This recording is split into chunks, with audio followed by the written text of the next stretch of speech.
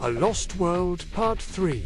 In this episode of A Lost World, we will be taking a closer look at the transportation of parts needed to build massive ships such as the Titanic, the Britannica, and other mega-sea vessels. We will begin by focusing primarily on the RMS Titanic and its said construction. The RMS Titanic was said to have been built between 1909 and 1912. It is also claimed that construction officially began on March 31, 1909, when the keel was laid and the ship was launched on May 31, 1911. It was completed and handed over on April 2, 1912, just days before its maiden voyage. However, there are questions to be answered if this is to be taken as fact, with perhaps one of the most significant question is that concerning transport and maneuvering. 7,800 pounds part, using the machinery of that time period. Let's examine closer with an open mind toward logic and facts versus the given narrative.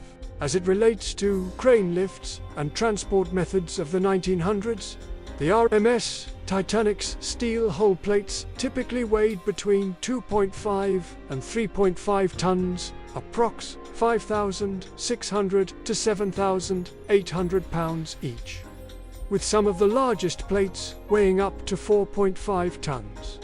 The ship was constructed from roughly 2,000 of these 1-inch thick mild steel plates, which formed the main structure.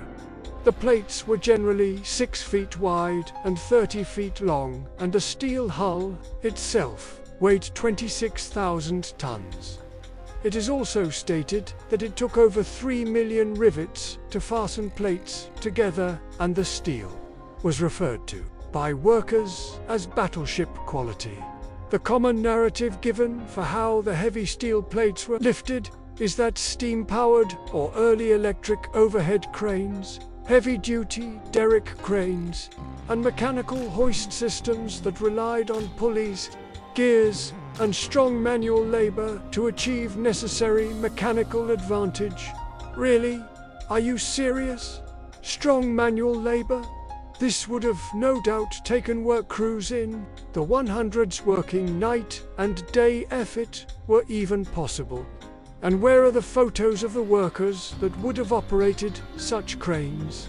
Not one picture of the crews actually building this mega sea ship makes the narrative more than suspect of being a fabrication.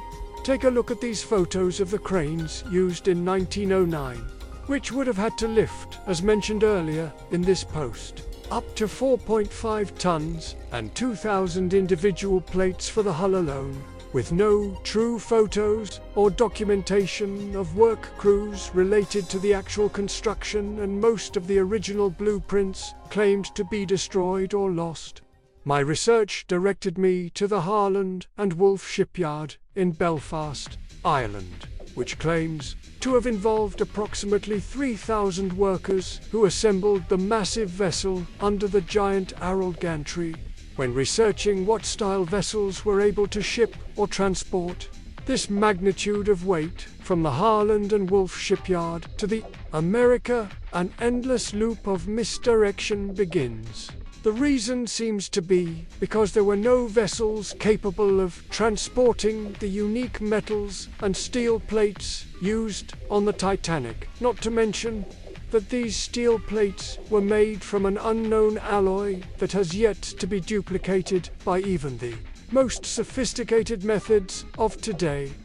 The establishment would have you believe that they were building complicated structures such as these, and mega-sea vessels such as these, while building dwellings such as these, and getting around by use of horse and carriage and at best trolley cars.